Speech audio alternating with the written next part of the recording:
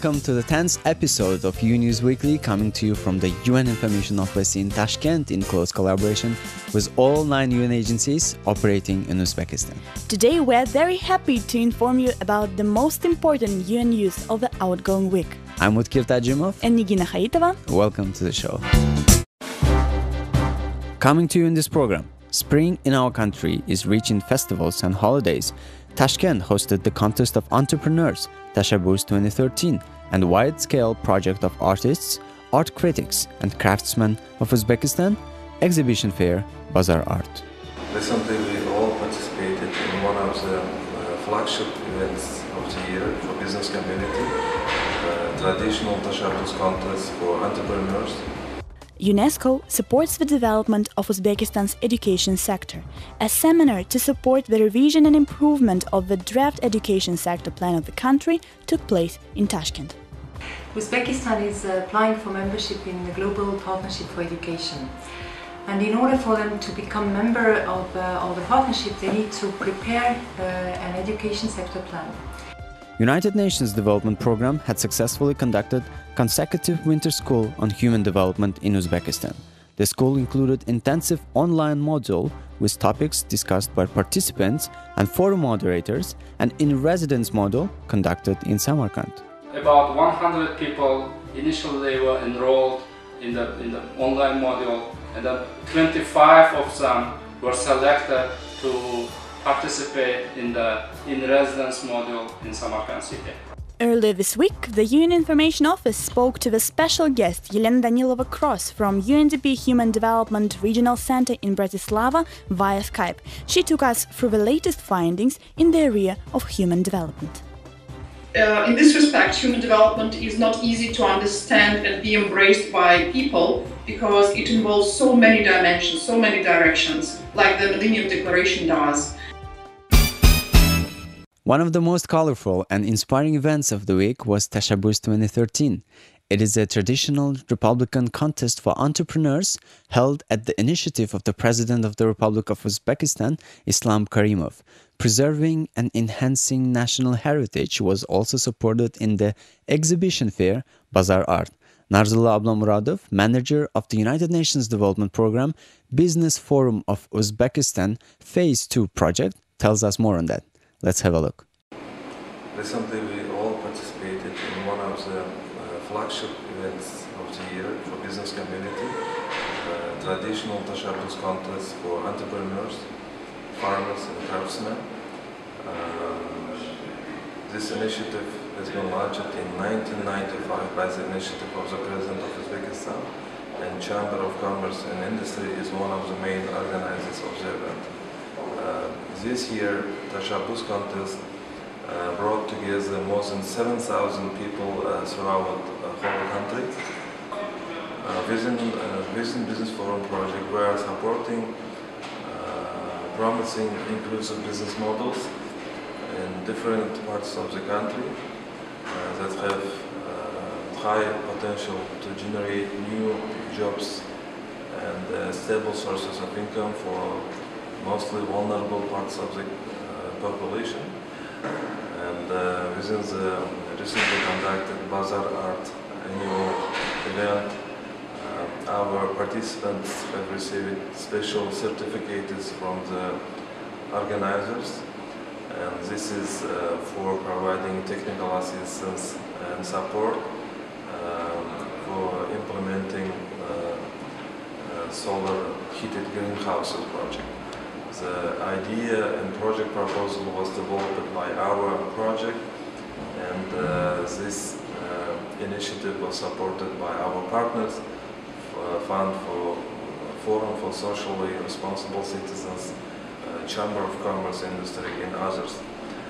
This is very important for us as it shows that inclusive business models can be both commercially viable and also attractive from the social point of view, and we're happy that there are many partners around us that are ready to provide support for development, for implementation of such important projects. The UNESCO's 5-day technical workshop brought together the representatives of the Ministry of Public Education, the Ministry of Higher and Secondary Specialized Education, and the Ministry of Finance to work on the parts of the education sector plan concerning the education policy analysis, resource projections, and other spheres. Krista Pikat, acting head of UNESCO in Uzbekistan, spoke to the UN Information Office about this event in more details. Uzbekistan is applying for membership in the Global Partnership for Education. And in order for them to become member of the partnership, they need to prepare an education sector plan. This is the first sectoral plan that the government of Uzbekistan has prepared. And it has been done under the coordination of UNICEF.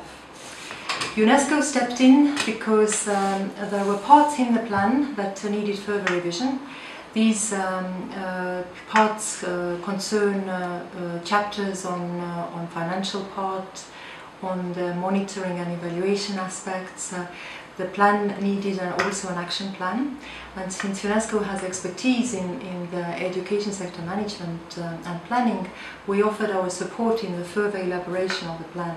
So last week we had some colleagues from our regional office in Bangkok in Tashkent to support us in the organization of a workshop. The workshop brought together representatives from the Ministry of Public Education, Ministry of Higher and Secondary Education, Ministries of Finance and Economy, in order for us to discuss some details and financial projections that are needed to be included in the plan. So when we have completed the education sector plan, this will be a kind of roadmap for the country to see in which direction they need to develop their education sector. It will also be a guideline for the development partners in the country to provide support to some parts of the education sector in Uzbekistan. Next in our program, the human development is indeed a holistic development concept embracing both the means, the productive capacity, and equity, both the economic and social development, as well as material wealth and social services. Ziaullah Parpiyev, the United Nations Development Programme Human Development Coordinator in Uzbekistan, led us through some groundbreaking ideas of this initiative. Human development concept is relatively new in Uzbekistan. Since it's UNDP's mandate to disseminate and promote this concept worldwide, we are doing the same here in Uzbekistan. One of the ways we do is through organizing human development schools. We organize 2 schools a year, one in winter and one in summer. We have just finished winter school, which consists of 2 modules, month-long online module and 3-day interactive training in residence training in Samarkand city. During the month-long online module, participants were assigned different topics and reading materials, and then they had to show their knowledge through their contribution to forum discussions. Then about 100 people initially were enrolled in the online module, and then 25 of them were selected to participate in the in-residence module in Samarkand city. So in-residence module consisted of mainly interactive sessions on human development concept and sustainable development, Millennium Development Goals, as well as role plays. So we have very good feedback from participants that it was very, very successful event. So we have already started preparations for the summer school on human development. People from different age groups with different experience and from different professions can apply for human development schools. So we hope that our human development schools will continue to attract the best people, true enthusiasts of human development, who will help us spread this concept further.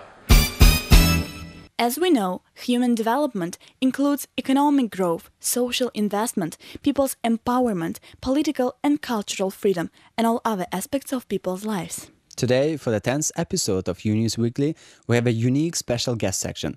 Earlier this week, Bobir Kamilov, UN Information Office staff, spoke to Yelena Danilova-Kross from the United Nations Development Programme Regional Center in Bratislava via Skype. To take us through the latest findings in the area of human development, we pass the floor to the interview.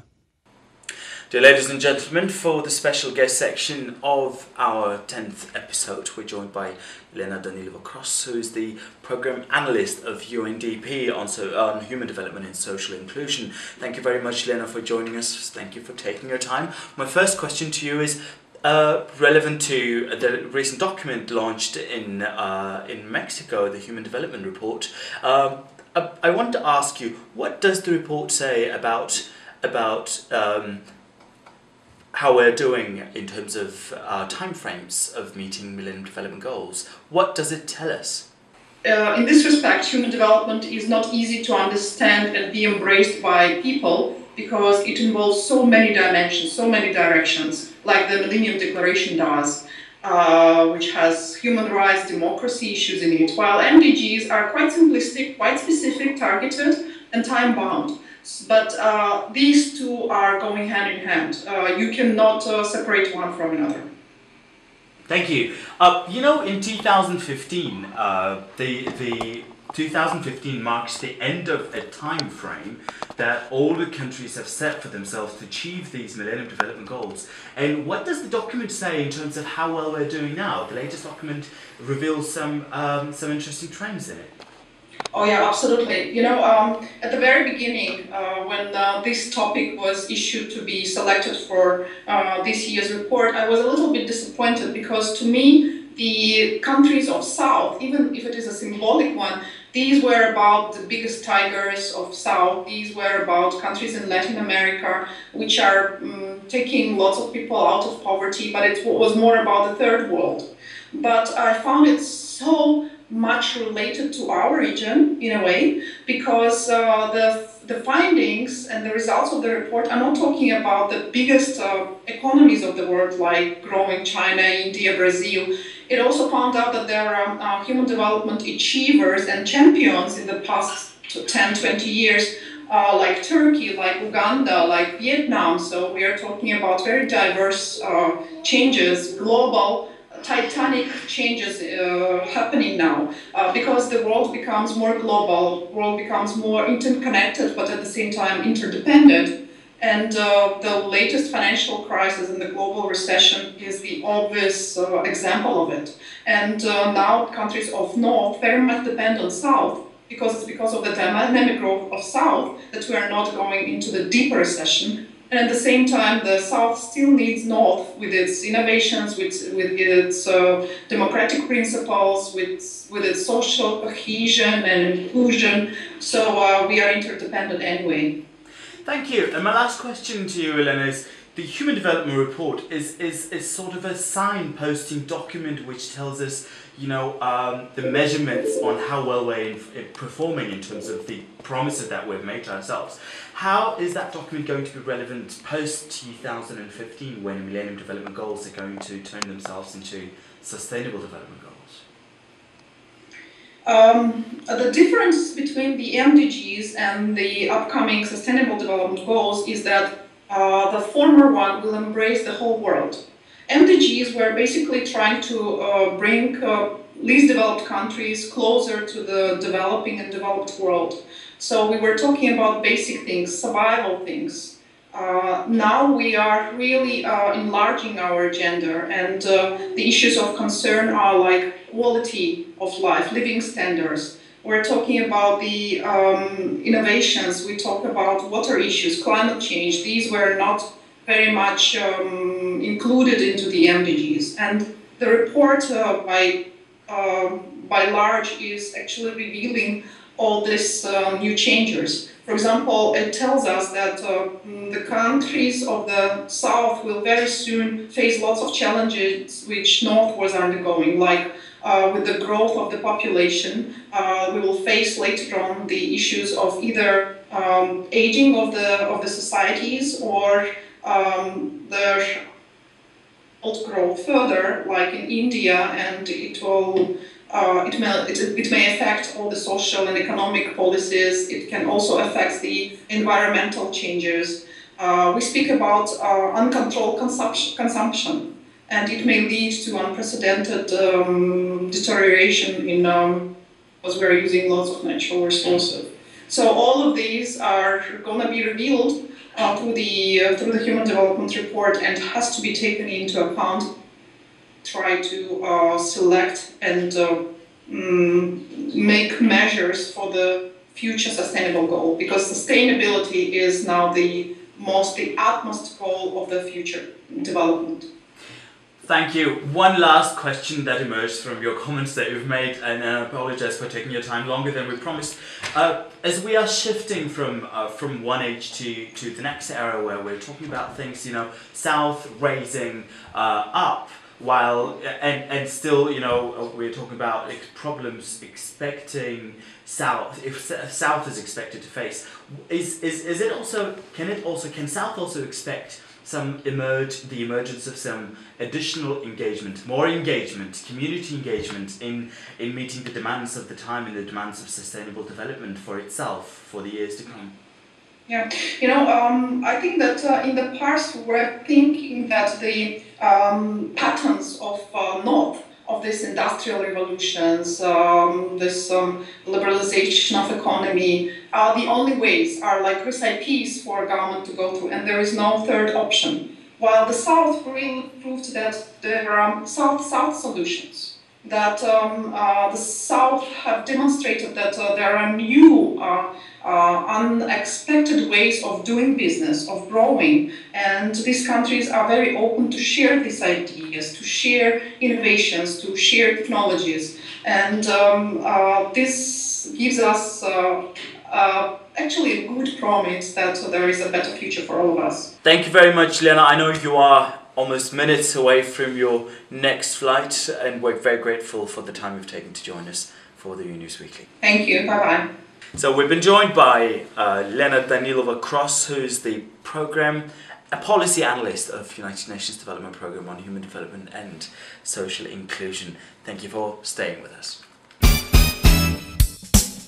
And this concludes the 10th episode of UNews Weekly. And we will bring you more stories from the life in the world of the United Nations in Uzbekistan and globally in our next episode of the UNews Weekly. To find out more on this and other stories of the week, please check out the UN in Uzbekistan website www.un.uz and our page on Facebook, which is facebook.com/Unique Tashkent, and stay tuned with us.